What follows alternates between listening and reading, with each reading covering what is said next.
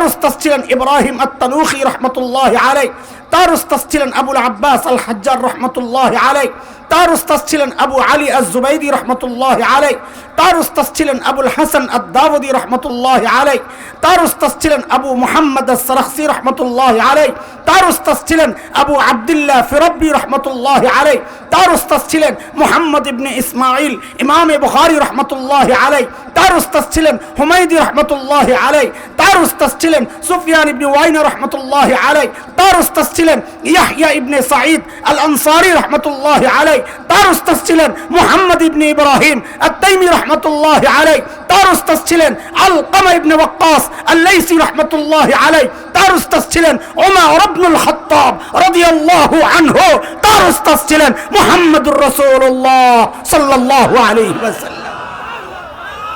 এটা আমাদের গর্ব। আমাদের শিক্ষার গোড়ায় মুহাম্মদুর রাসূলুল্লাহ সাল্লাল্লাহু আলাইহি ওয়াসাল্লাম। আপনাদেরকে শরম দেওয়ার জন্য আর বিব্রত করার জন্য কথাগুলো বলছি না, আপনাদের হৃদয়ে আফসোসের আগুন জ্বালাইতে কথাগুলো বলছি।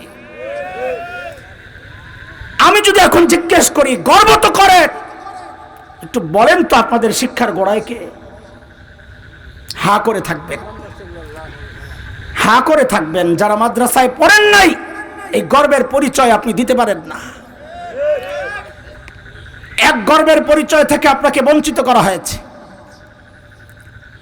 আরেকটা গর্বের পরিচয়, আমরা আদম সন্তান। কার সন্তান? না এখন থেকে খালি আদম বলবেন না, এখন থেকে বলবেন নবী আদমের সন্তান। বলেন বলেন সবাই বলেন, কার সন্তান? কার সন্তান? বলে নবী কেন বলেন?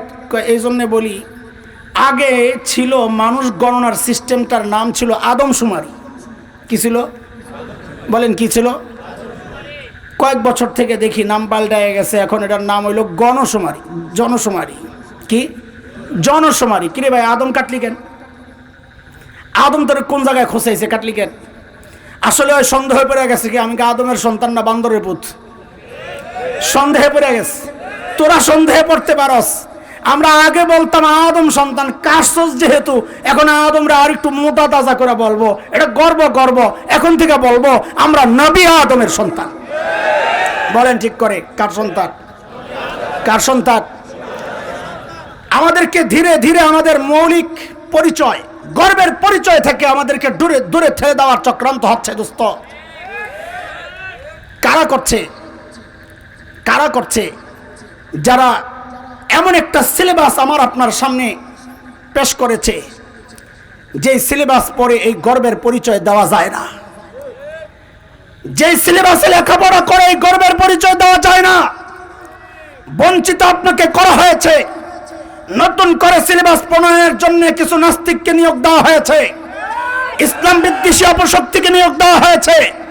দোস্ত, মৌলবীরা এখানে চিৎকার চেঁচামেচি করবে কেন? এই শিক্ষা ব্যবস্থা আমরা আমাদের চিৎকার চেঁচামেচি আমাদের জন্য না, কারণ আমাদের সন্তান তো এই ঘোড়ার ডিমের সিলেবাস পড়ে না, পড়বে না। আমার সন্তান তো কালা কালা রাসূলুল্লাহ পড়বে। আরে আওয়াজ তো আপনাদের থেকে ওঠার কথা ছিল, চিৎকার চেঁচামেচি করার কথা আপনাদের। আমরা শুধু আপনাদের কান্দাও দিতে চাই না, আমরাও সাথে আছি। সব জায়গায় বিচ্ছিন্ন হয়েন না। এটা কোনো রাজনীতির কথা না, এটা ক্ষমতায় যাওয়ার টানার কথা না, এটা ইমানের কথা, এটা বিশ্বাসের কথা, এটা চেতনার কথা। ভবিষ্যতে এমন চক্রান্ত যদি হয়, আলেমদের থেকে বিচ্ছিন্ন হওয়া যাবে না। আলেমের হাতে হাত রেখে, কাঁধে কাঁধ মিলিয়ে, মুষ্টিবদ্ধ হাত উঠাইয়া একসাথে উচ্চারণ করতে হবে, বাংলাদেশে নাস্তিকতার চর্চা করতে দেওয়া হবে না, দেওয়া হবে না।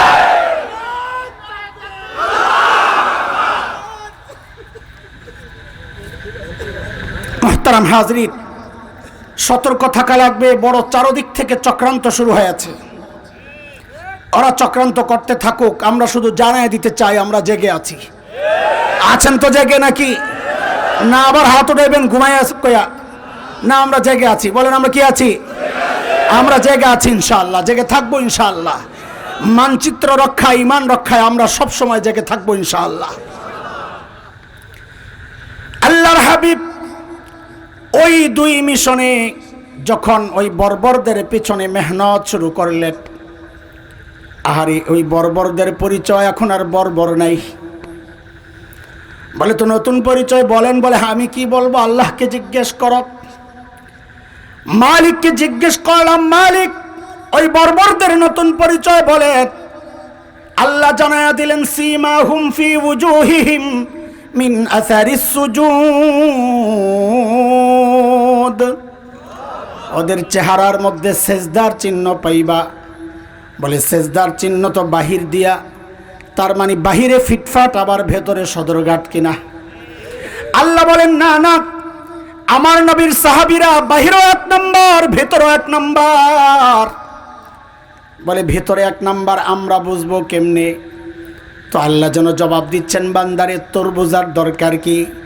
আমি ওদের কলবের পরীক্ষা নিয়েছি, আমি দেখেছি ওই পরীক্ষায় ওরা পাস। আল্লাহ বলেন, উলাইকাল্লাযীনা ইমতাহানাল্লাহু কুলুবাহুম লিত্তাকওয়া লাহুম মাগফিরাতুন ওয়া আজরুন আযীম।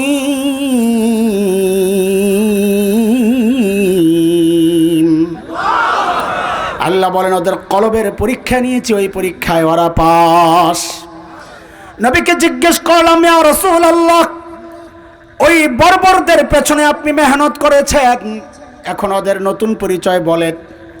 নবী বলেন, রে আমার সাহাবীদেরকে তোরা বর্বর বলিস না, ওরা বর্বর আগে ছিল, এখন আর বর্বর নাই। তো বলে এখনের পরিচয় বলেন। তো নবী বলেন, খায়রুল কুরুনি করনি, ওরা আর বর্বর নাই, ওরা এখন মানব ইতিহাসের সর্বশ্রেষ্ঠ মানুষ হয়ে গেছে। বাজে কয়টা? কয় যা বাজলে বাজুক। জালেম কয় কি দেখছেন? 11:30। ঘুমাইবেন না? কেবল বলে শুরু হয়েছে। আমি চিন্তা করতেছি এটারে গুছাইয়া কেমনে ছোট করে কথাটারে, কথা চুরি করুন না, ফাঁকি দেবো না, যাইতে এক জায়গায় ভরা যায়নি, ওই চিন্তা করতেছি। ছোট জায়গার মধ্যে বেশি কথা যদি ঢুকান যায় আর কি। চলেন পুরা বয়ানটাকে আজকে কি বলতে চাই, কি বলেছি, কি বলতে চাই, পুরা বয়ানটাকে একটা সুতায় গেঁথে দেই, যেন আপনাদের মনে রাখা সহজ হয়, বোঝা সহজ হয়, আমল করা সহজ হয়। নেবেন নি? একটা প্যাকেট বানাইয়া দিই, পুরা বয়ানটা একটা প্যাকেট বানাইয়া দিই। হ্যাঁ হ্যাঁ, আমার কিন্তু আজকে পড়া মুখস্থ শোনাইতে হবে। পোলা ভাই যারা জোয়ান জান আসো, আমি কিন্তু জিজ্ঞেস করবো, পড়া না পারলে কিন্তু মুরগি বানাই দেব। অভ্যাস খারাপ আছে আমগো। পুরা বয়ান আজকে মুখস্থ করাইতে চাই ইনশাআল্লাহ। এমন না হয় যে কোনো এলোমেলো কথা, না এলোমেলো কথার কোনো সুযোগ নাই। যে বিষয় শুরু করেছি ইনশাআল্লাহ ওই বিষয় দিয়ে শেষ করব ইনশাআল্লাহ। বাকি আমরা যেন মাঝখানে জুড়ে থাকি, হারায়া না যাই, মনোযোগ লাগবে। আমি দুইটা কথা মুখস্থ করাই, তাহলে আজকের পুরা বয়ান আপনাদের মুখস্থ থাকবে ইনশাআল্লাহ। আজকে যা আলোচনা করেছি, সামনে যা করব, টোটাল সব মিলাইয়া আজকে মোট 6 কথার বয়ান। বলেন তো কয় কথার? আবার বলেন। সাহাবীদেরকে নিয়ে 3 কথা, আর আমার মতো জাহেল যারা তাদেরকে নিয়ে 3 কথা। তো বলেন তো আবার মোট কয় কথার বয়ান হবে আজকে? সাহাবীদেরকে নিয়ে আর আমার মতো জাহেলকে নিয়ে। সাহাবীদেরকে নিয়ে 3 কথা কি? আমি যা বলি আমার সাথে সাথে বলবেন। বলেন ওরা ছিল কি? জবাব দেওয়ার দরকার নাই, আপনারা বলেন আমার সাথে, পড়া মুখস্থ করাইতেছি। বলেন ওরা ছিল কি? অবাক হওয়ার মতো একটা ভাব নিয়ে বলেন হইল কি? আবার আবার ওরা ছিল কি? হইল কি? মাঝখানে ঢুকলো কি? আচ্ছা বুঝা বলেন, তাহলে বলতে মজা লাগবে। ওরা ছিল কি? ছিল মানব ইতিহাসের সবচাইতে জঘন্য আর খারাপ মানুষ। বলে আপনি এটা কিভাবে বলেন? কারণ বলছি, কারণ ওদেরকে ঠিক করতেই তো আল্লাহ সর্বশ্রেষ্ঠ রাসূল পাঠাইছেন। ডাক্তার যেহেতু সবচেয়ে বড়, বোঝা গেল রোগীও ছিল ওরা সবচাইতে বড়। তাহলে ওরা ছিল কি সবচাইতে? বলেন বলেন, সবচাইতে হইল কি? সবচাইতে ভালো মানুষ। আশ্চর্য কথা, সবচাইতে খারাপ মানুষগুলো সবচাইতে ভালো মানুষ কি করে হইল? এটা কিভাবে সম্ভব? কিসের ছোঁয়ায়? মাঝখানে কি ঢুকছে? বলে মাঝখানে ঢুকছে কোরআন আল কারীম। কি ঢুকছে? এবার আবার বলেন ওরা ছিল কি? হইল কি? মাঝখানে ঢুকলো কি? তো এবার বলেন, জবাব দেন, ছিল কি? কি ছিল? বর্বর, সবচাইতে মানব ইতিহাসের সবচাইতে খারাপ মানুষ। হইল কি বলেন? সবচাইতে ভালো মানুষ। কিসের ছোঁয়ায় এই পরিবর্তন? জোরে একসাথে এক আওয়াজে, কিসের ছোঁয়ায়? আজকে বয়ান কয় কথার? এই 3 কথা গেল। কাদেরকে নিয়ে? মাশাআল্লাহ, এক পোটলা রাখলাম, পরে খুলবো। আপাতত গিট্টা দিয়া বগাডেলর আরেকটা পোটলা করি, 2 পোটলা। আমার মতো জাহেলকে নিয়ে কয় কথা? দেখেন, খেয়াল করেন, যে কোরআন ধরে সাহাবে কেরাম বর্বরতার সব ছাড়লেন, জাহালত ছাড়লেন, পাপাচার ছাড়লেন। আমি আপনি কি করলাম? ওই সমস্ত পাপাচার যা তারা ছেড়েছেন, এখন আমরা ধরেছি। কথা ঠিক? সাহাবায়ে কেরাম যে কোরআন ধরে সর্বশ্রেষ্ঠ মানুষ হয়ে গেলেন, আমরা সেই কোরআনকে ছেড়েছি। এটা আমাদের জন্য দুর্ভাগ্য না আনন্দের? দুর্ভাগ্যের না গর্বের? তাইলে আমাদের 3 কথা এবার বলেন, ধরলাম কি? আফসোসের সুরে বলা লাগবে, ছাড়লাম কি? আবার ধরলাম কি? ছাড়লাম কি? এই মুনাজাতের মতো সবাই এরকম হাত উঠান তো, এরকম হাত উঠান। এরপরে কপালে একটা জোরে বাড়ি মারেন আর বলেন, আহারে করলাম কি? না না, এই মিঠা মিঠা আহারে চলবো না, কলিজার নিচের থেকে বাইর করতে হইব। আপনার আফসোসটা কত গভীর, আপনার আওয়াজে সেটা প্রকাশ পাইতে হবে। বলেন, আহারে করলাম কি? কয় কথা হইল? 3 কথা। বলেন, ধরলাম কি? ছাড়লাম কি? আহারে করলাম কি? তো ধরছি কি? সব পাপাচার ধরছি। ছাড়ছি কি? আফসোস না গর্ব? আহারে কয় কথা হয়েছে? মোট কয় কথা হয়েছে? সাহাবীদেরকে নিয়ে, আমাদেরকে নিয়ে।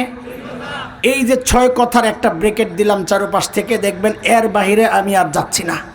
এই 6 কথার ভিতরেই দেখবেন আমি ঘোরাঘুরি করতেছি। তা আপনাদের মনে রাখা, বোঝা, বাড়িতে নেওয়া, আমল করা সব সহজ হয়ে যাবে ইনশাআল্লাহ তাআলা। কেউ যদি বলে ভুলে গেছি, তো ওরে আজকে মুরগি বানাবো ইনশাআল্লাহ তাআলা। ঠিক আছে ইনশাআল্লাহ? বলেন, আবার সাহাবীদেরকে নিয়ে কয় কথা? ওরা ছিল কি?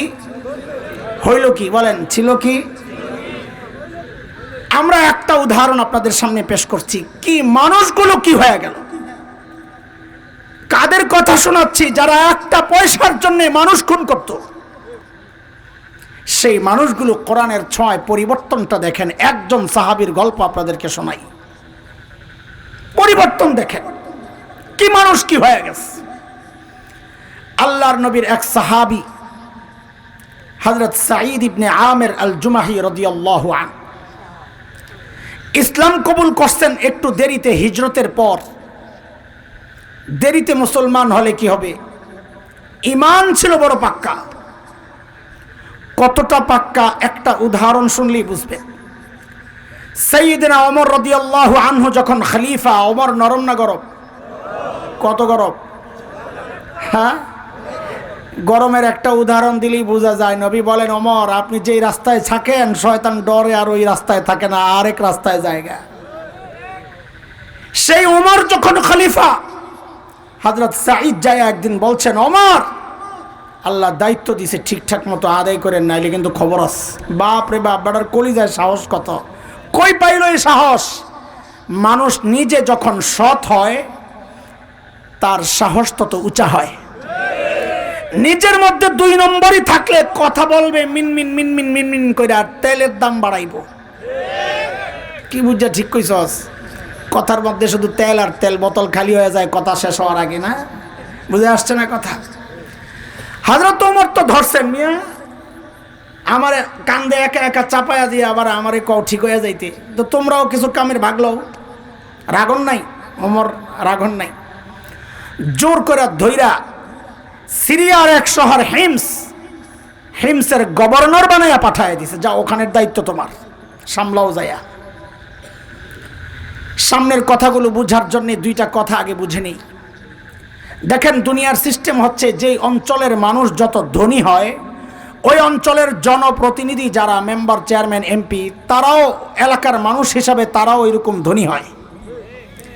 আরেকটা কথা, আজকের দুনিয়ায় Bangkok, Singapore, Thailand, Dubai, Abu Dhabi, Karachi, Bombay, আমাদের চিটাগাং, এগুলো যেমন বাণিজ্যিক শহর, ওই সময়ে গোটা দুনিয়ার বাণিজ্যিক শহর ছিল সিরিয়া। কোথায়? এবার বুঝে শুনে জবাব দেন তো, সেই সিরিয়ার শহর হিমসের গভর্নর হযরত সাঈদকে বানাইয়া ওমর পাঠাইছেন, তো তিনি ধনী হওয়ার কথা, ধনী এলাকার গভর্নর ধনী হওয়ার কথা না গরিব হওয়ার কথা? জোরে বলেন। কেমন ধনী? মোটামুটি না অনেক বড়? সামনে আমি আবার জিজ্ঞেস করব, জবাব এইটা দেওয়া লাগবে। আমি এখন যা শিখাইয়া দিচ্ছি, বলেন সময়ের সেরা ধনী হওয়ার কথা বলেন। সময়ের, সবাই বলেন সময়ের। দেখেন আল্লাহর নবীর সাহাবী কত ধনী, দেখেন ছিল কি হইল কি, দেখেন এক পয়সার জন্য ইসলামের আগে যারা মানুষ খুন করত, সেই মানুষ কোরআনের ছোঁয়ায় পরিবর্তিত জীবনটা দেখেন। হিমস থেকে এক দল আসছে হযরত ওমরের সাথে মদিনায় দেখা করার জন্য। হযরত ওমর তাদের সাথে কথাবার্তা বললেন, অভিযোগ ছিল কিছু শুনলেন, তারপর বললেন তোমরা একটা কাজ করো, হিমসের গরিবদের একটা লিস্ট দাও আমাকে, আমি আমার রাষ্ট্রীয় কোষাগার বাইতুল মাল থেকে ওদের জন্য কিছু বরাদ্দ দিয়ে দিতে চাই। হিমসের লোকেরা সুযোগ পেয়ে লিস্ট একটা করছে বড় করে, গরিবদের লিস্ট নিয়ে হযরত ওমরের কাছে পেশ করেছেন। ফুকারা ও হিমস, হিমসের গরিবদের লিস্ট। আল্লাহ, সাইয়েদনা ওমর লিস্টের দিকে তাকায় আছেন তো আছেই, কেন? কারণ তিনি অবাক হয়ে গেছেন লিস্টের নামের সিরিয়াল দেখে। কারণ দেখেন যে ওই গরিবদের লিস্টের শুরুর দিকে হিমসের গভর্নর হযরত সাঈদ ইবনে আমের আল জুমাহির নাম।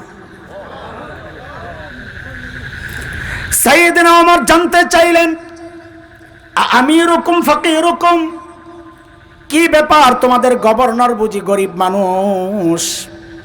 হিমসের লোকেরা জবাব দিলেন, বালা আমিরুনা আফকরুনা, আমাদের গভর্নর শুধু গরিব না, হিমসের মধ্যে সবচাইতে গরিব। আল্লাহু আকবার।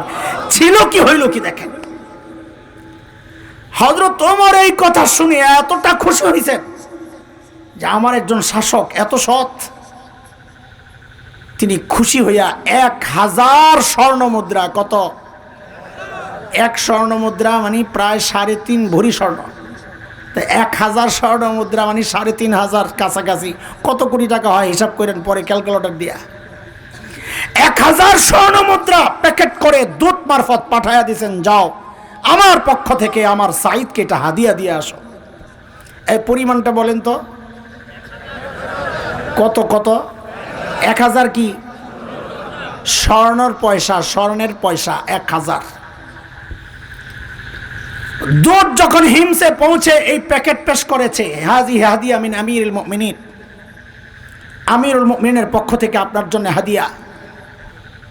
আল্লাহ, হযরত সাঈদ হাদিয়ার প্যাকেটটা খোলেই চিৎকার, প্যাকেটটা এরকম নিক্ষেপ করে চিৎকার দিয়ে বলে উঠলেন, ইন্না লিল্লাহি ওয়া ইন্না ইলাইহি রাজিউন। কি পড়ছেন? কি পড়ছেন? হাদিয়া পাইলে ইন্না লিল্লাহ পড়ার কথা না, আলহামদুলিল্লাহ। আপনারা কি পড়তেন জানি না, এমন একটা পোটলা যদি আমি পাইতাম দৌড়ে ভিতরে যাইয়া করা লাভ দিয়ে দিতাম খুশি। কিন্তু আল্লাহর নবীর সাহাবী কি পড়ছেন? কথা বলে না। এমন ভাবে ইন্না লিল্লাহ পড়ছেন, ভেতর থেকে বউ তো ডরাইয়া গেছে, আরে মদিনা থেকে দূত আসছে, না জানি কোন দুঃসংবাদ নিয়ে আইছে, আল্লাহই জানে। সাথে সাথে জানতে চাইলেন, আকুতিলা উমর ইবনুল খাত্তাব, কি ব্যাপার? মদিনা থেকে দূত কি খবর নিয়ে আসছে? সাইয়েদনা ওমর বুঝি শহীদ হয়ে গেছে? হযরত সাঈদ জবাব দেন, না, ঘটনা তা না, বরং তার চেয়েও মারাত্মক। ওমরের শহীদ হওয়ার চেয়েও মারাত্মক ঘটনা। বিবি আবার জানতে চাইলেন, আকুতিলাল মুসলিমুনা ফি মারিকা, তাইলে কি কোনো যুদ্ধে মুসলমান ব্যাপকভাবে শহীদ হয়ে গেল কিনা? হযরত সাঈদ জবাব দেন, না না, ঘটনা তাও না, তার চেয়েও মারাত্মক। বিবি তো এবার আরো ডরে গেছে, হারে বুঝছি, না জানি মদিনা থেকে আমার জামাইয়ের কল্লাটা নিতে পারাইছে। আরে বলেন না কি সমস্যা, ইন্না লিল্লাহ কেন বললেন? আল্লাহ, আল্লাহর নবীর সাহাবীর একটা ছোট্ট বাক্য কিয়ামত পর্যন্ত আমাদের জন্য নসিহতের খোরাক হয়ে গেছে। কি? তিনি কি বলেন? এই হাদিয়া পায়া ইন্না লিল্লাহ কেন বলছেন? জবাবে তিনি বলেন, উদখিলাত আলাইয়া দুনিয়া লিতুফসিদা আখিরাতি, আরে আমার ঘরে দুনিয়া ঢুকায়া দেওয়া হয়েছে আমার আখিরাতকে বরবাদ করার জন্য। ছিল কি হইল কি মনে আসেনি কথা? গোড়া মনে আছে? সাথে সাথে বিবিকে বললেন, আমি চাই মদিনার দূত আমার ঘরে থাকতে থাকতে এই 1000 স্বর্ণ মুদ্রা তুমি হিমসের গরিবদের মধ্যে বিলায়া দিয়া দিবা। কি বুঝলেন? সুবহানাল্লাহ পড়ছেন যে কি বুঝলেন? শাসকের মধ্যে যদি দিন থাকে, শাসক যদি ইমানদার হয়, দিনদার হয়, তো নিজের বরাদ্দের টাকাটাও জনগণকে দিয়ে দেয়। আর শাসকের মধ্যে যদি দিন না থাকে তো জনগণের বরাদ্দের টাকা মাইরা বিদেশ নিয়ে বাড়ি বানায়। কথা কও ঠিক কিনা? দেশের কোটি কোটি টাকা, লক্ষ লক্ষ কোটি টাকা পাচার হয়ে গেছে। এগুলো আমার আপনার রক্ত ঝরানো, রক্তকে ঘাম করা ওই অর্থ বিদেশে পাচার হয়ে গেছে। কেন? দিন নাই কি ছিল না? বিবিরে যখন কইছে সব দিয়া লাও, বিবি তো আর হাসান জামিলের বউ না। আপনাকে ওটা কথা কইলাম না, এলাকা সারি নাই, কোন বিপদে পড়ি, আমারটা রূপে দিয়েই যাক। আমার বউরে যদি কইতাম সব দিয়া লাও, এটা ভেসকে যে মারলো সব দিয়া লাইব, কই কি ঘরে কত কিছু লাগে খবর তো নাই, আসলেও জানি না। বেশি পিড়াপিড়ি করলে বলতো 2 ভাগ করেন, অর্ধেক আপনার অর্ধেক আমার, আমারটা থাক আপনারটা দিয়া লাই। কিন্তু বউ তো সাহাবীর বউ। জোরে কও, কার বউ? কার বউ?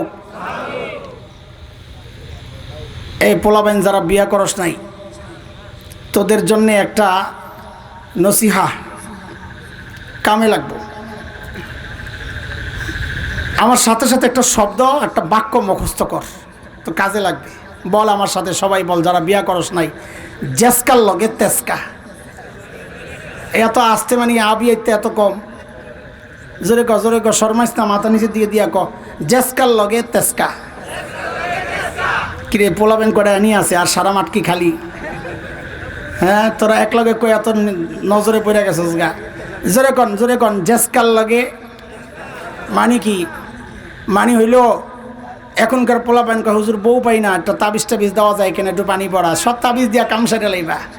বউ পাই না হুজুর, অনেক তালাশ করি, একটু দোয়া করে। আমি কই গাদা বউ পাবি কই থেকে? তুই নিজে 2 নাম্বার আর বউ খোঁজে রাবিয়া বসরিয়া। কথা ঠিক কিনা? তুই 2 নাম্বার বউ, 2 নাম্বার খোঁজ দেখবি, অভাব নাই। তুই নিজে 3 নাম্বার হইলে আল্লাহ বউ পাঠাইব 3 নাম্বার, 4 নাম্বার হইলে আর নাম্বার তালাশ করে বউর দরকার নাই। এটা নম্বর সারা। এই কথা আমার না রে, এই কথা কোরআনের। কার? আল্লাহর। সূরা নূরের মধ্যে আল্লাহ বলেছেন এই কথা, আল খাবিসাতু লিল খাবিসিনা ওয়াল খাবিসুনা লিল খাবিসাত ওয়াত তাইয়িবাতু লিত তাইয়িবিনা ওয়াত তাইয়িবুনা লিত তাইয়িবাত উলাইকা মুবাররাউনা মিম্মা ইয়াকুলুন লাহুম মাগফিরাতুন ওয়া রিজকুন কারীম।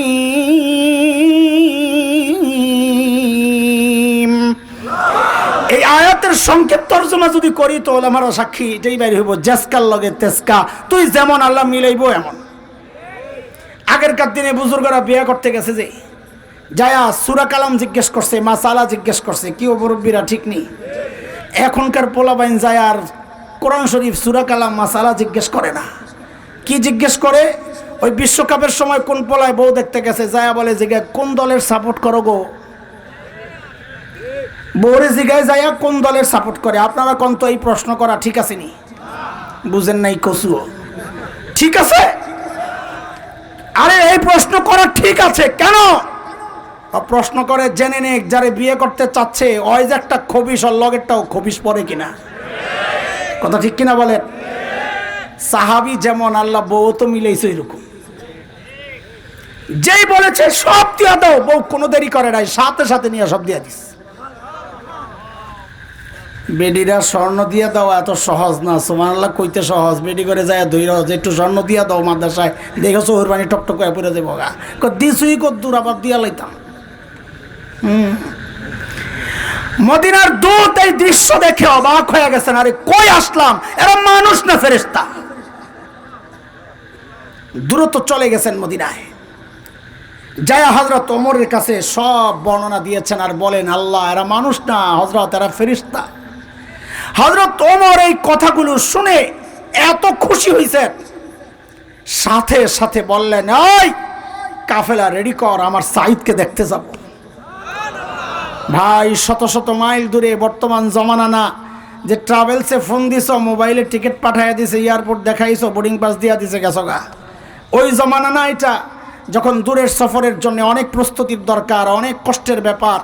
কিন্তু হযরত ওমরের মনটা, হৃদয়টা উতলা হয়ে গেছে তার সাঈদকে দেখার জন্য। এত বড় একজন বুজুর্গ আল্লাহওয়ালা দুনিয়া বিমুখ একজন গভর্নর দেখার জন্য হযরত ওমর রওনা দিয়া দিছেন। সাইয়েদনা ওমরের কাফেলা যখন হিমসে ঢুকে, গোটা হিমস যেন ভেঙ্গে পড়ে, চারদিক থেকে হাজারো মানুষ ছোটে ছোটে আসছে। আহারে, মদিনা থেকে আমাদের আমিরুল মুমিনিন আসছেন এক নজর দেখার জন্যে। আল্লাহর নবীর শ্রেষ্ঠ সাহাবী ওমর আসছেন, সবাই হাজির। সামনে হাজারো মানুষ বসা, হযরত ওমর বসা, পাশে সাঈদ ইবনে আমের আল জুমাহি। সাইয়েদনা ওমর চিন্তা করলেন, সাঈদকে আমি তো ভালো জানি, দেখার জন্য সেই মদিনা থেকে আসলাম, কিন্তু হিমসের মানুষ সাঈদকে কেমন জানে, এই সুযোগে একটু পরীক্ষা করে নেওয়া যাক।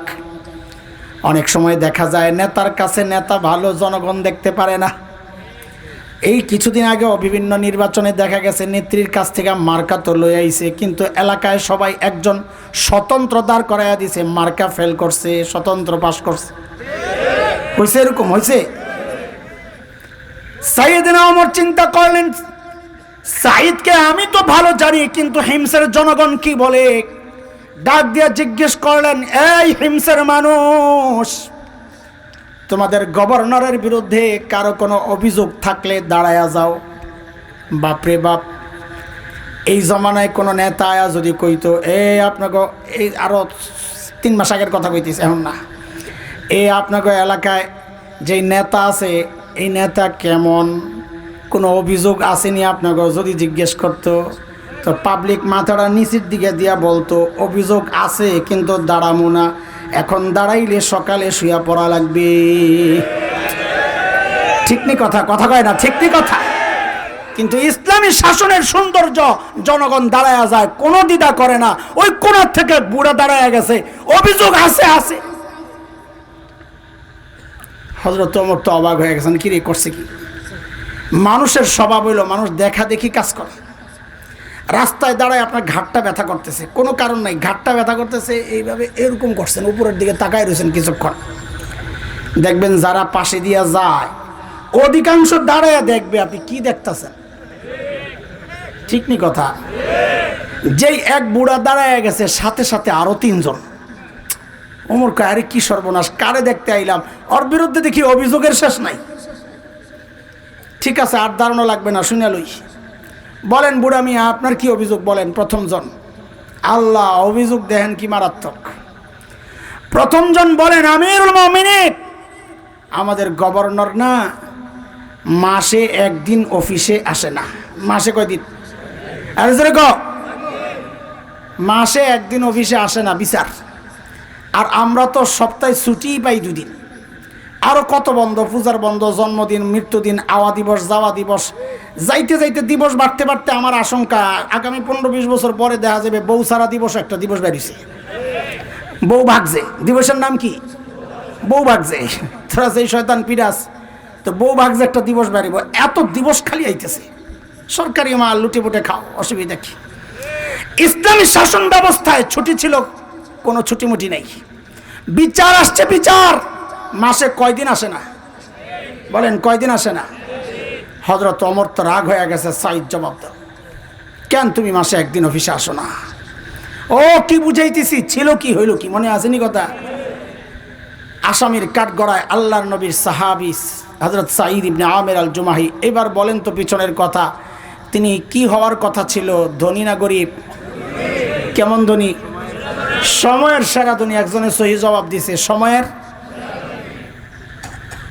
দেখেন কি সময়ের সেরা ধনী দাঁড়াইছে, কেন একদিন অফিসে আসো না? তো জবাব বলে, আমিরুল মুমিনিন, এই যে আমার গায়ে 2 টুকরা কাপড় দেখছেন, একটা লুঙ্গির মতো করে পরা, আরেকটা চাদরের মতো করে জড়ানো। আমিরুল মুমিনিন আমার না এই 2 টুকরা কাপড় ছাড়া আর কোনো কাপড় নাই। মাসে অফিসে একদিন কেন আসো না? বলে 1 মাস এই 2 টুকরা কাপড় পরতে পরতে দুর্গন্ধ হয়ে যায়, নিজেরও কষ্ট হয়, যারা আসে ওদেরও কষ্ট হয়। তাই মাসে একদিন উপরেরটা ধুইয়া দিই, শুকায় গেলে নিচে পরি, নিচেরটা ধুইয়া দিই, শুকায় গেলে উপরে জড়াই। এমন করতে করতে দিনটা একটু দেরি হয়। আমি যে আসি না এই কথা ঠিক না, আসি একটু দেরি হয়। উনি হয়তো সকাল সকাল এসে আমাকে না পেয়ে ভেবেছেন আমি বুঝি আসি না। হযরত ওমর তো বুঝছেন অভিযোগের ধরন কি। আপনি বলেন 2 নাম্বার কি সমস্যা? ও আল্লাহ, 2 নম্বর জনের অভিযোগ তো আরো মারাত্মক। কি বলে? আমিরুল মুমিনিন আমাদের গভর্নর রে দিনে তো পাই, রাতে আর হেরে পাই না। কি ডিউটি লইছে বেড়ারে, রাতেও সময় দেওয়া লাগবে। চিন্তা করা যায়। হযরত ওমর তো রাগ হয়ে গেছেন, সাঈদ জবাব দাও, কেন তোমাকে রাতে পাওয়া যায় না? ও যুবকরা, আমার কলিজার টুকরা সন্তানেরা, শোন।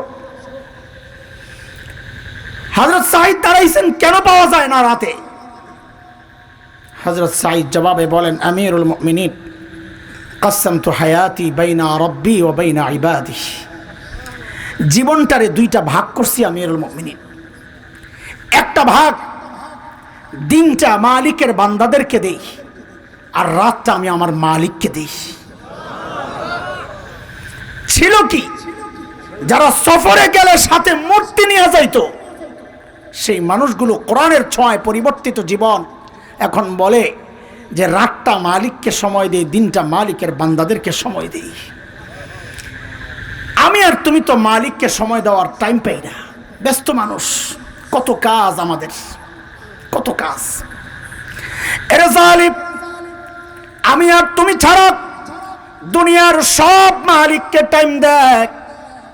ওই একটা গাছের দিকে তাকায়া দেখো না, কি মনে হয় গাছটা বুঝি এমনি দাঁড়ায় আছে?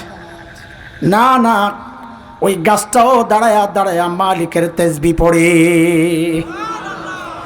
যে কুকুরটাকে নিকৃষ্ট প্রাণী মনে করে তাড়া দেই, ওই কুকুরটাও রুকুর হালতে মালিকের তাসবিহ পড়ে। যেই পোকামাকড়গুলোরে পায়ে দলে মেরে ফেলি, ওই পোকামাকড়গুলো সেজদার হালতে মালিকের তাসবিহ পড়ে। পড়ি না কেবল আমি আর তুমি, কারণ আমাদের হাতে সময় তো নাই। এই হায়াত মালিকের দেওয়া, অথচ এই হায়াতের একটা ভাগ ফেসবুক কিন্তু ঠিকই পায়, ইউটিউব কিন্তু ঠিকই পায়, খেলোয়াড় পায়, গায়ক গায়িকা পায়, নায়ক নায়িকা পায়। আহারে, যে মালিক এই হায়াতটা দিলেন, শুধু এই ভাগটুকু ওই মালিক একটু পায় না। মালিককে টাইম দেওয়ার সময় আমার হাতে নাই, আমি ব্যস্ত মানুষ। এরে ভাই আমার, সময় একদিন আসবে, কসম আল্লাহর, সময় একদিন আসবে, চিৎকার করে করে শুধু কাঁদতে হবে আর বলতে হবে, ইয়া লাইতানি কদ্দামতু লিহায়াতি। আহারে, আজকের এই দিনের জন্য যদি একটু পুঁজি বানায় আসতাম, তাইলে আজকে আর এই আফসোস করা লাগে না। এরে বাবা, এরে ভাই, এরে আমার সন্তানেরা, পুঁজি কিন্তু লাগবে মালিকের সামনে পেশ করার জন্যে। কার কি পুঁজি আছে জানি না, আমার তো নাই, তাই এইভাবে বলতেছি। পুঁজি বানানোর বিষয়ে আগ্রহী করে তোলার জন্য ছোট্ট একটা গল্প শোনাই আপনাদেরকে। সাম্প্রতিক কালের কয়েক বছর, 3-4 বছর হয়েছে, আমার মাদ্রাসায়, এই যুবকরা ভালো করে শোন, আমার মাদ্রাসায় একদিন আমার অফিসে আমার এক শিক্ষক বলে, ভাই আপনার একটা ভিডিও দেখাই, দেখেন। কি ভিডিও? বলে কোনো এক আরব দেশের এক টেলিভিশনের প্রোগ্রাম। ভিডিওটা হচ্ছে একটা সাক্ষাৎকার পর্ব। একটা ছোট্ট বাচ্চা, অন্ধ, বাচ্চাটার বয়স বড় জোর 13-14 হবে। অন্ধ, অন্ধ মানে আমরা আরবিতে বলি মাকফুফুল আইন, চোখ একদম গর্ত গর্ত, এইরকম অন্ধ, ভেতরে গেছে গা। তো উপস্থাপক, সঞ্চালক, যিনি পরিচালক, তিনি বাচ্চাটাকে জিজ্ঞেস করতেছেন, আচ্ছা তোমার যেই চোখের নেয়ামত নাই, তুমি কি আল্লাহর কাছে এই নেয়ামতটা ফেরত চাও? বাচ্চাটা কোনো রকমের ভাবনা চিন্তা ছাড়াই ভাবলেশহীন জবাব দিয়ে দিল, না, আমি এই চোখের নেয়ামত ফেরত চাই না। আমি তো অবাক হয়ে গেছি, বলি কি ভাবলাম ম্যাচুরিটি আসে নাই, বাচ্চা মানুষ এখনো বুঝে নাই যে চোখের নেয়ামত কত বড় নেয়ামত।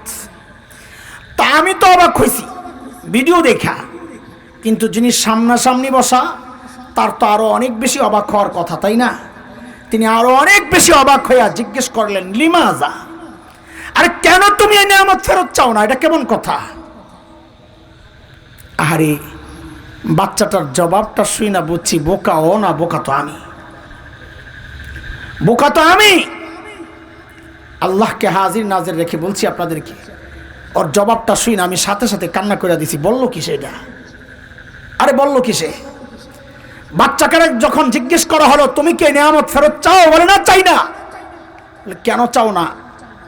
বলে এই জন্যে চাই না, আমি পুঁজি বানাইছি। দেখেন কি পুঁজি বানাইছি? বলে হাসরের মাঠে যখন বিচার শুরু হয়ে যাবে, যখন আমার সিরিয়াল আসবে, যখন আমার ডাক পড়বে, আসো হিসাব নিয়ে আসো। ছোট্ট বাচ্চার কি হিসাব, কিন্তু তার চিন্তাটা কত পবিত্র, কত উঁচু দেখেন। বলে যখন আমার ডাক আসবে হিসাব নিয়ে আসো। দুনিয়ায় আমি এই নেয়ামত ফেরত এই জন্যে চাই নাই, সেদিন যেন আমি আমার মালিকের সামনে নত জানো হয়ে বলতে পারি ও আমার মালিক। হিসাব দিতে যায় যেন বলতে পারি ও আমার মালিক, দুনিয়ায় তো তুমি আমার এই নেয়ামতটা দেও নাই, ওগো মালিক, ওই উসিলায় কি আজকে আমার আযাবটা একটু কমায় দেওয়া যায় না মালিক? আমি কাঁদতেছিলাম উল্টা চিন্তা করে, যে আরে ঠিক উল্টা প্রশ্নটা যদি আমার মালিক আমাকে করেন তো আমি কি জবাব দিব? উল্টা প্রশ্ন মানি। আমি যখন আমার মালিকের সামনে হিসাব দিতে দাঁড়াবো, তখন আমার মালিক যদি ঠিক উল্টা প্রশ্নটা আমাকে করেন যে এরে হাসান জামিল, তোকে তো এই চোখের নেয়ামতটা দিছিলাম দুনিয়ায়, তুই ভোগও করছস, এখন আযাবটা একটু বাড়াইয়া দিই, তো আমি কি জবাব দিব? এরে যুবক তুমি কি জবাব দিবা?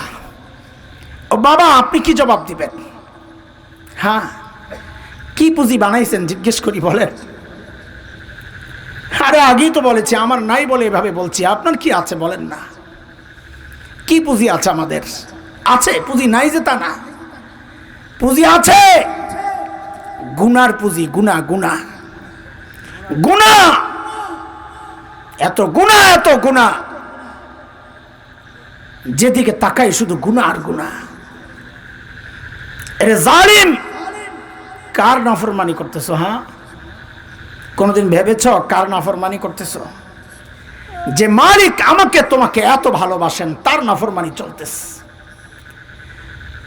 যার ইশারায় আমার প্রতিটা শ্বাস নিঃশ্বাস চলছে, যিনি প্রতিনিয়ত এত এত নিয়ামত দিয়ে বাঁচায় রাখছেন। আরে একটা ছোট্ট বিষয় চিন্তা করো না,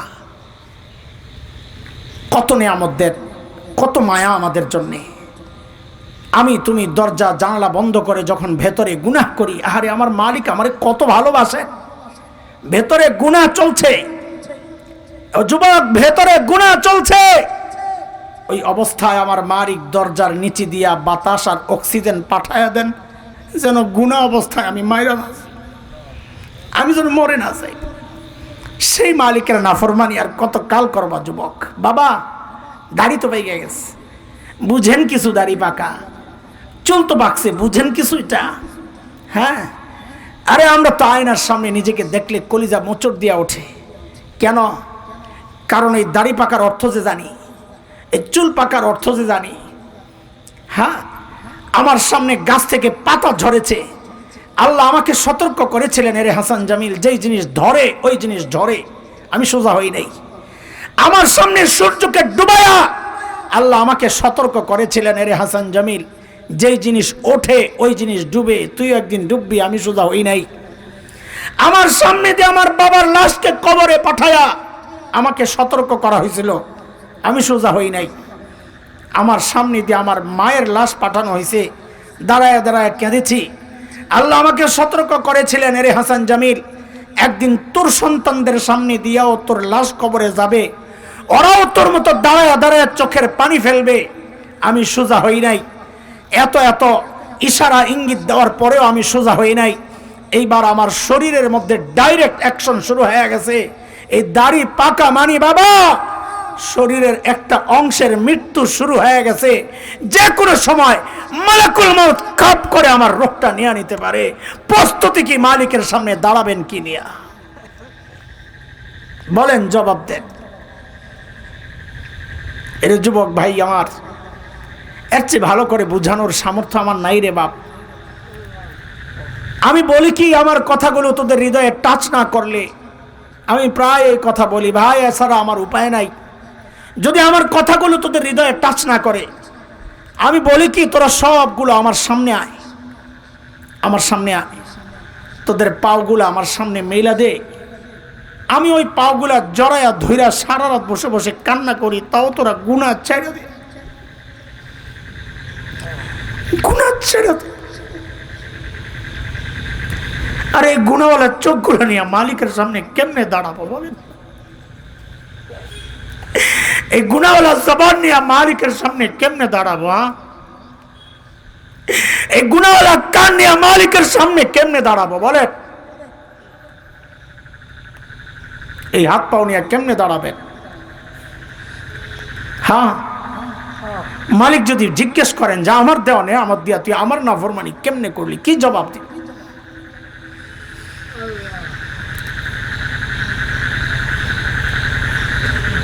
আশা ছাইরেন না, আপনাদেরকে ভয় দেখানোর জন্য বলছি না, আশা ছাইরেন না। ভরসা একটা আছে, ভরসা একটা আছে। আমার মালিক আমাকে অনেক ভালোবাসেন। আমার এমন একজন মালিক আছেন অন্যদের থেকে আলাদা। দুনিয়ার মানুষ অপরাধীকে খুঁজে শাস্তি দেওয়ার জন্যে, দুনিয়ার মা খুঁজে সন্তানকে অপরাধ করলে শাস্তি দেওয়ার জন্যে, বাবাও খোঁজেন শাস্তি দেওয়ার জন্যে, সবাই অপরাধী খুঁজে শাস্তি দেওয়ার জন্যে। আমার আর আপনার এমন একজন মালিক আছেন যিনি অপরাধীকে খুঁজেন মাফ করার জন্যে। প্রতিদিন প্রতি রাতে শেষ রাতে আইসা ডাকতে থাকেন, মালিক আলামিন মুস্তাগফিরিন ফাগফিরাল্লাহ। আরে কে কে গুনাহ করছস, আয় আমি আসছি মাফ করার জন্য, তুই মাফ চা, আমি মাফ করে দিব। গুনাহ হয়ে গেছে, মাফ চাও, মাফ করে দিবেন আল্লাহ। কথা অনেক দূর চলে গেছে। হযরত সাঈদ ইবনে আমির আল জুমাহির কথাটা বুঝাচ্ছিলাম, এই কথা বোঝানোর জন্য যে মানুষগুলো ছিল কি হইল কি, মনে আছে কথা? এই যে পরিবর্তনটা আমার সাথে একটু জুড়তে হবে, আবার পেছন থেকে আবার জুড়তে হবে। এই যে পরিবর্তনটা ছিল সবচেয়ে খারাপ, হয়ে গেল সবচেয়ে ভালো। কিসের ছোঁয়ায়? সবাই একসাথে উচ্চারণ করতে হবে, কিসের ছোঁয়ায়? কিন্তু আমাদের তো কপাল খারাপ, সেই কোরআন তো আল্লাহ উঠায় নিছেন, তাই না? কথা বলে না, আছে নাকি? ও পুরান হয়ে গেছে। হ্যাঁ, পুরান হয় নাই। হসপিটালে কোমায়, শেষ, জান যায় যায় অবস্থা। আগের মতোই, কথা বলে না, আগের মতোই। কথা বলেন, জোরে বলেন, আগের মতোই। তাহলে আমি দুইটা প্রশ্ন রাখতে চাই আপনাদের কাছে, দুইটা প্রশ্ন। যেই কোরআন ধরে সাহাবায়ে কেরাম সর্বশ্রেষ্ঠ মানুষ হয়ে গেছেন, ওই কোরআন কি এখনো আপনি বিশ্বাস করেন একমাত্র মাধ্যম, যে মাধ্যম মানুষকে সর্বশ্রেষ্ঠ মানুষ বানাতে পারে? এটা কি বিশ্বাস করেন? করেন? কে কে করেন দেখি তো? আমি তো করি। কে কে করেন? হাত নামান। মনে রেখেন কোন কথার উপর হাত উঠাইছেন, পরে আবার ঘুরে যায়েন না।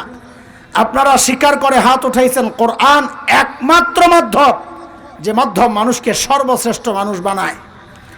এবার আরেকটা প্রশ্ন রাখি আপনাদের কাছে, বুঝে শুনে হাত উঠায়েন। আচ্ছা, আপনারা আপনাদের সন্তান আপনজনকে সর্বশ্রেষ্ঠ মানুষ কি বানাতে চান? চান? সত্যি কথা, কে কে চান দেখি তো? যা হাত নামান, হাত নামান। কিন্তু আপনাদের, আমার অনুমান ভুলও হইতে পারে, কিন্তু দুনিয়ায় আমরা চলি সেই হিসাবে বলছি। আমার কাছে মনে হচ্ছে এখানে এমন অনেক আছেন যারা মিথ্যা কথা বলেছেন, আপনারা সত্য বলেন নাই। বলে আপনি কি গায়েব জানেন? গায়েব আমি জানবো কোত্থেকে? গায়েব শুধু জানেন এত আজ থেকে, আরো কেউ আছে নাকি গায়েব জাননেওয়ালা? তো জোরে কন কে? আপনারা মিথ্যা বলেছেন। কেমনি মিথ্যা বললাম? আপনি দেখেন কেমনি মিথ্যা বলেছেন। আপনারা বলেন নাই কোরআন একমাত্র মাধ্যম, যে মাধ্যম মানুষকে সর্বশ্রেষ্ঠ মানুষ বানায়? বলেন নাই? হাত উঠাইছিলেন সবাই? হাত উঠাইছিলেন? যদি এই কথায় সত্যবাদী হন আপনারা, যে কোরআন একমাত্র মাধ্যম, যে মাধ্যম মানুষকে সর্বশ্রেষ্ঠ বানায়। আপনি আরেকটা কথায়ও তো হাত উঠাইছিলেন, আপনি আপনার সন্তান আপনজনকে সর্বশ্রেষ্ঠ মানুষ বানাতে চান, বলছিলেন না? তো আগে বললেন সর্বশ্রেষ্ঠ বানানোর একমাত্র মাধ্যম কোরআন, আবার বললেন আপনিও আপনার সন্তানকে সর্বশ্রেষ্ঠ বানাতে চান। তাহলে আগের কথা যদি সত্য হয়, তো সর্বশ্রেষ্ঠ বানানোর জন্যে আপনার তো ছিল উচিত সন্তানকে কোরআনী প্রতিষ্ঠান মাদ্রাসায় পাঠানো। ওখানে না পাঠাইয়া আপনি পাঠাইলেন কোথায়? তার মানে আপনি মিথ্যা কথা বলেছেন। কথা ঠিক? এই মিথ্যা কি চলবে না ফেরত আসবেন? কেন ফেরত আসবেন? কারণ আমরা মাদ্রাসায় পড়ে ঠকি নাই, আলহামদুলিল্লাহ। আমরা চাই আপনারাও না ঠকেন। আমার বাবা মাও ঠকেন নাই। কেন ঠকেন নাই? আমরা কেন ঠকি নাই? দেখেন, নিজের ঢোল আমি পিটাইতে পারবো না, শুধু এতটুকু বলি, আল্লাহ তাআলা মানুষের হৃদয়ে আমাদের জন্য যে ভালোবাসা আর শ্রদ্ধা বরাদ্দ দিয়েছেন, আমি হলফ করে বলতে পারি দুনিয়ার কোনো রাজা বাদশাও সেই জায়গায় নাই। এটা আমাদের প্রাপ্তি। মা বাবা কেন ঠকেন নাই? কারণ আমি ছোট্ট মানুষ, আমারও তো কোনো দিন এমন যায় বলে আমার মনে পড়ে না যে কোনো দিন আমি বলি নাই রব্বির হামহুমা কামা রব্বায়ানি সগীরা। তা আমার মা বাবা জিতছেন না ঠকছেন? আমারে কোরআন শিখায়া জিতছেন না ঠকছেন? আপনারা যারা সন্তানকে দিন শিখাচ্ছেন না, মাদ্রাসায় দিচ্ছেন না, অথবা ঘরেই দিন শিখাচ্ছেন না, একটু দিল থেকে বলেন তো জিতছেন না ঠকছেন? তো আসতে বললে সন্দেহ আছে আপনাদের। বলেন একটু, আমি বুঝাইয়া দিব কেন ঠকছেন ইনশাআল্লাহ। 2-4 মিনিটের মধ্যে, 2-4 মিনিটের মধ্যে আমি বুঝাইয়া দিব ইনশাআল্লাহ। খালি বলেন জিতছেন না ঠকছেন। কেমনে ঠকলেন? ঠগার একটা উদাহরণ দেই। গত 2 বছর আগে ঈদের দিন একজন আমাকে একটা ভিডিও পাঠাইছিল বৃদ্ধাশ্রমের। বুড়া বুড়িরে পাঠায় দেয় না বৃদ্ধাশ্রমে, বুড়া বুড়িদের এতিমখানা আর কি। তো ওখানে সাংবাদিকরা গেছে, একটা ডকুমেন্টারি করবে ওদের উপর। তো খুব সম্ভ্রান্ত বুড়া বুড়ি দেখা যাচ্ছে ভিডিওতে। সাংবাদিক জিজ্ঞেস করতেছে পরিচয়, অন্যদিকে তাকায় বলছে, হাত কাঁপতেছে, হাতের মধ্যে হয়তো ঈদের দিন তো পায়েস টায়েস হবে, খেতে পারছে না। আড়াল থেকে দেখা যাচ্ছে চোখ থেকে ঝরঝর করে পানি পড়তেছে। বুড়ি কাঁদতেছে আর কথা বলতেছে, বুড়া কাঁদতেছে আর কথা বলতেছে। তাদের অসহায়ত্বের কথা শুনে বিশ্বাস করেন, আমিও তো মানুষ, আমারও চোখ দিয়ে পানি বের হয়েছে, কষ্ট লাগতেছিল। চোখের পানি আসছে বটে ঠিক, কিন্তু একটা জিনিস চিন্তা করে গর্বে আমার বুকটা এত বড় হয়ে গেছে। কি সেটা? ওই বুড়া বুড়ি যে নিজেদের পরিচয় দিচ্ছে, একজন বুড়িও বলেন নাই আমি হাফেজের মা, একজন বুড়াও বলেন নাই আমি আলেমের বাবা। কারণ কোন কোরআনের হাফেজ আর আলেমের বাবা মা এটা বলতে পারেন না তার সন্তান তাকে বৃদ্ধাশ্রমে পাঠাবে, কারণ তাকে এটা শিক্ষা দেওয়া হয় নাই। তাকে শিক্ষা দেওয়া হয়েছে তোমার বাবা তোমার জান্নাতের দরজা, তোমার মায়ের পায়ের তলে তোমার জান্নাত। এই শিক্ষা তাকে দেওয়া হয়েছে, এই জান্নাতকে বৃদ্ধাশ্রমে রাখতে পারে না। জিতছেন না ঠকছেন? আচ্ছা, পত্রিকার একটা রিপোর্ট শোনাই, এটা তো হুজুরের কথা হয়ে যায়। শেষ কথা, পত্রিকাওয়ালারা রিপোর্ট করেছে কয়দিন আগে, আমার কাছে কাটিং আছে।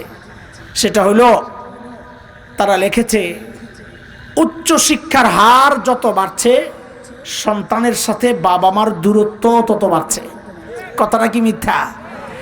উচ্চ শিক্ষায় শিক্ষিত করছেন বটে, কিন্তু সন্তান আপনাকে ছাইরা চলে যাচ্ছে। তো জিতছেন না ঠকছেন? আসল ঠকা তো রয়ে গেছে হাসরের মাঠে, যখন এই সন্তান আল্লাহর আদালতে আপনাকে আসামির কাঠগড়ায় দাঁড় করাইয়া দিবে। আল্লাহ আমারে দিন শিখায় নাই, ধরেন। যদি এই মুসিবতে আমরা পড়তে না চাই, কোরআন ধরবো ইনশাআল্লাহ। সবাই বলেন ইনশাআল্লাহ। আজকের এই মাহফিল থেকে 5টা অঙ্গীকার করে বাড়ি যাই। কয়টা? বাকি ওয়াজ মনে আসেনি? কয় কথার ওয়াজ? সাহাবীদেরকে নিয়ে কয় কথা? ওরা ছিল কি, হইল কি, মাঝখানে ঢুকলো কি? আমাদেরকে নিয়ে কয় কথা? ধরলাম কি, ছাড়লাম কি, আহারে করলাম কি? না, এখন ছাইরা আর আহারে বলবো না, আমরা এখন কোরআন ধরবো 5টা অঙ্গীকারের মাধ্যমে। বলেন ইনশাআল্লাহ সবাই শুদ্ধ কোরআন শিখবো ইনশাআল্লাহ, শুদ্ধ কোরআন শিখবো ইনশাআল্লাহ। অনেক বুড়া কবি হুজুর আমি পারি, মাশাআল্লাহ আমি পারি। পারেন বাজান, আগের দিনে পড়ছেন যে পারেন। আপনার জিজ্ঞেস করলে আপনারা পড়েন অঙ্গ সামনে, বড় হাসি পায়, কিন্তু কষ্টও লাগে। লাইলাফি কুরাইশিন ইলাফিহিম, আপনি মনে করছেন টান টুন দিলে বুঝি সুন্দর হয়ে জায়গা, শুদ্ধ হয়ে জায়গা। হ্যাঁ, আমাদের মক্তবের পোলাপাইন বাচ্চারা আপনাদের পড়াশোনা হাসতে হাসতে গড়াগড়ি খায়, এটা সত্য না? এখন বাংলাদেশের শ্রেষ্ঠ শ্রেষ্ঠ দুনিয়া শ্রেষ্ঠ হাফেজরা আপনার ঘরের আশেপাশে ঘুরতেছে, তাদের কাছে কোরআন শিখেন, বুড়াকালে শিখেন, কোনো শরম নাই। হাসরের মাঠে লজ্জা পাওয়ার চেয়ে দুনিয়ায় পাওয়া যান, অসুবিধা নাই। 1 নম্বর প্রতিজ্ঞা, সবাই বলেন ইনশাআল্লাহ শুদ্ধ কোরআন শিখব। ইনশাআল্লাহ শুদ্ধ কোরআন শিক্ষা, কোরআনটারে ভালো করে গিলাপ দিয়া পেঁচাইয়া আলমারির সিপার মধ্যে ঢুকায় রাখবো, তো নিয়মিত তিলাওয়াত করবো ইনশাআল্লাহ। বলেন নিয়মিত তিলাওয়াত করবো ইনশাআল্লাহ। কয়টা গেল? 2টা। বলেন আবার শুদ্ধ কোরআন শিখব ইনশাআল্লাহ। হ্যাঁ, নিয়মিত তিলাওয়াত করব ইনশাআল্লাহ। 3 নাম্বার, কোরআন মতো চলবো, কোরআনের বিধান মতো চলবো ইনশাআল্লাহ। 4 নাম্বার, কোরআনি শিক্ষক যারা, কোরআনওয়ালা যারা, কারা কোরআনওয়ালা? আলিম উলামা, তাদেরকে ভালোবাসবো ইনশাআল্লাহ। হ্যাঁ, যদি দেখি আমার নেতা আলেমকে গালি দেয়, ওই নেতা তালাক। যদি দেখি দল নেতা আলেমের বিরুদ্ধে, তো ওই দল তালাক। পারবো ইনশাআল্লাহ? কয় তালাক? কয়টা? 3টা। পোলাবেন মাসালাও জানে যে 3টা দিলে আর নেওয়া যায় না, দেখছেন নি কারবার, মাশাআল্লাহ। 5 নাম্বার, কোরআনি প্রতিষ্ঠান যেখানেই হয় পাশে দাঁড়ায় যাবো ইনশাআল্লাহ। ঠিক আছে ইনশাআল্লাহ। এই 5টা অঙ্গীকারের মাধ্যমে আজকের এই কোরআনি মাহফিল, কয়েকটা বাচ্চা হিফজ পড়েছে, হিফজ শেষ করেছে, বাবাদের জন্য এটা অনেক বড় গর্বের, আপনাদের জন্য এটা গর্বের। এলাকায় এত সুন্দর একটা প্রতিষ্ঠান আছে, আমরা দোয়া করে যাচ্ছি আল্লাহ তাআলা আপনাদের সহযোগিতাকে কবুল করেন, এই প্রতিষ্ঠানকে কবুল করেন। আমাদেরকেও সবাইকে শুদ্ধ কোরআন শিখা, পড়া, কোরআন অনুযায়ী চলা, কোরআনওয়ালাদেরকে ভালোবাসা এবং কোরআনী প্রতিষ্ঠানের পাশে দাঁড়ানোর তৌফিক দান করেন, আমিন। ওয়া আখিরু দাওয়ানা আলহামদুলিল্লাহি রাব্বিল আলামিন।